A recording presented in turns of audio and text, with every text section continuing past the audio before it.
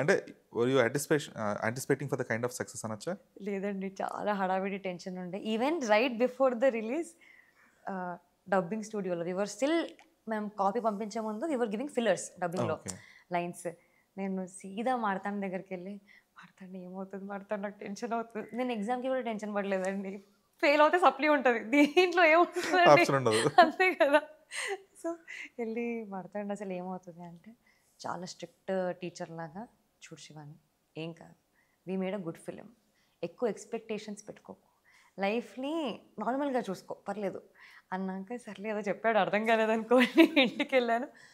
అంటే we definitely knew, మేము when we were shooting it is a fun film, jokes ఉన్నాయి, నవ్వుకుంటారు, నిబ్బా నిబ్బి అంటున్నారు, it's okay because probably the characters are looks were like that, or intermediate అనేటప్పటికి ఖచ్చితంగా అది వచ్చేస్తుంది. ఓకే అన్నట్టే అనుకున్నాం. కానీ వెన్ ఇట్ రిలీజ్డ్ అండ్ ఇంకా మాకు టెన్షన్ అయిపోయిందండి, ప్రీ లైక్ లిటరలీ ప్రీపోన్ అయిపోయింది.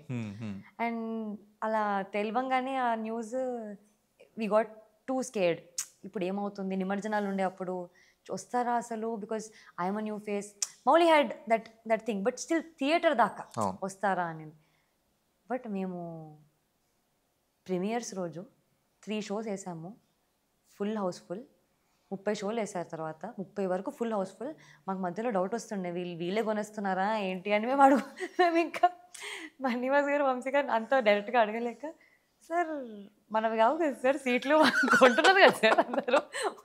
అయ్యో అమ్మ అవునమ్మా, ఇండియన్ కొంటాం మనం కూడా, అవునులే సార్.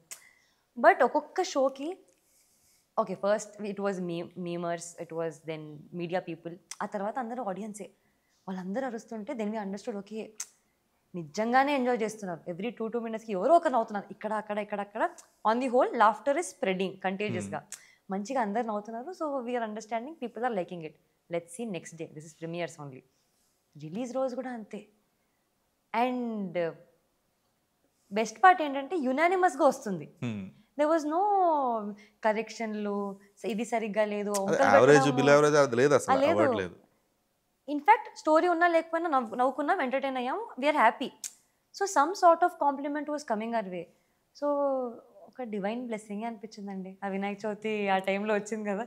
జెన్యూన్గా చెప్తున్నాను, ఎవ్రీ వినాయక చవితికి పుస్తకాలు పెడతాము, సీదా స్క్రిప్ట్ పెట్టేసినా నేనైతే, దేవుడా please. So it was fun.